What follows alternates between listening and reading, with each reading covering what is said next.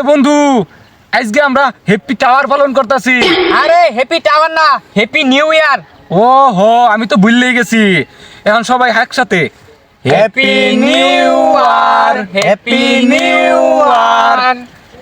বন্ধু তাহলে কেক কাটোই। হ, গরুর পাস আর কেক।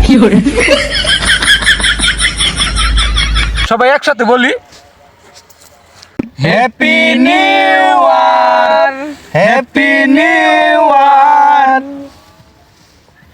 আহ